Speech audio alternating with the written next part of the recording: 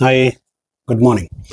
आज हम एक ऐसे टॉपिक के बारे में बातें करने वाले हैं जो उन लोगों के लिए जानना बहुत ज़रूरी है जो लोगों का सैलरी मोर देन 50 लाख है या जिनका ग्रॉस इनकम, जो बिजनेस करते हैं इंडिविजुअल्स, उनके gross income more than 50 lakh है। तो एक फॉर्म होता है इनकम टैक्स में जिसको शेड्यूल एएल कहते हैं। शेड्यूल एएल का मतलब होता है शेड्यूल एसेट्स एंड लायबिलिटीज। ये उन लोगों के लिए भरना जरूरी होता है जिन लोगों का gross income more than 50 lakh, as I said. अगर आपका gross salary more than 50 lakh है तो आपको ये फॉर्म भरना कंपलसरी है। तो ये फॉर्म हम कब भरेंगे और इस फॉर्म में क्या क्या डिटेल भरेंगे? जैसे मैंने बोला एएल का मतलब होता है आपका एसेट्स एंड लायबिलिटीज। कब भरेंगे? जब आपका रिटर्न आप भर रहे हो, इनकम टैक्स रिटर्न आप भर रहे हो। ख्याल रहे आपका इनकम टैक्स रिटर्न हमेशा ओरिजिनल ही भरा जाना चाहिए।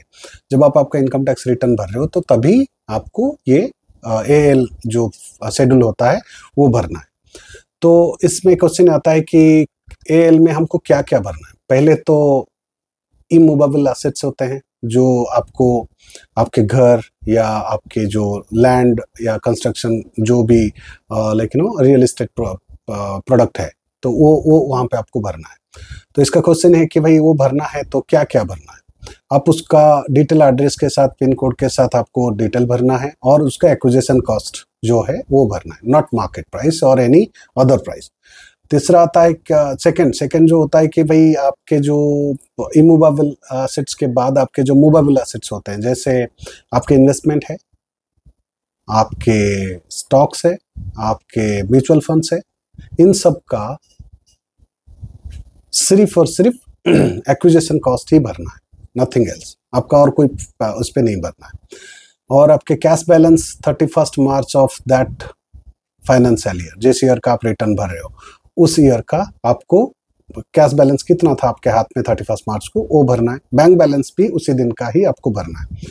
और आपके बिजनेस एसेट्स क्या थे, अगर आप बिजनेस कर रहे हो तो बिजनेस एसेट्स भी वहाँ पे आपको भरने हैं, उनके जो भी एक्विजिशन कॉस्ट वो भरने हैं।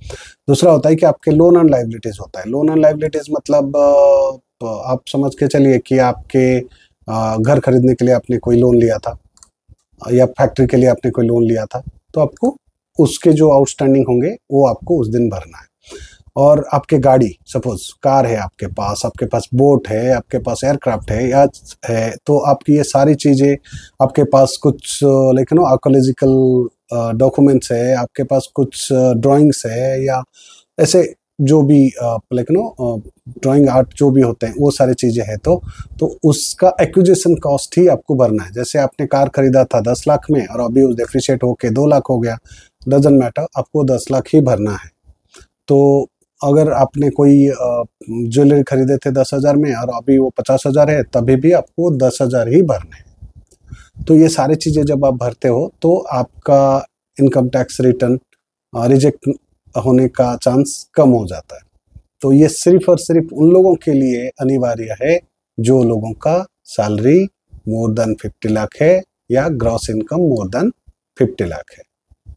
आशा करता हूँ मेरा ये वीडियो आप लोगों को अच्छा लगा होगा या इन्फॉर्मेशन आपको अच्छा लगा होगा। अगर आपको मेरा ये वीडियो अच्छा लगा है तो फिर आप मेरे चैनल को सब्सक्राइब कर सकते हैं and you can like and share. मेरा वीडियो जो है आप उसको लाइक एंड शेयर भी कर सकते हैं। धन्यवाद।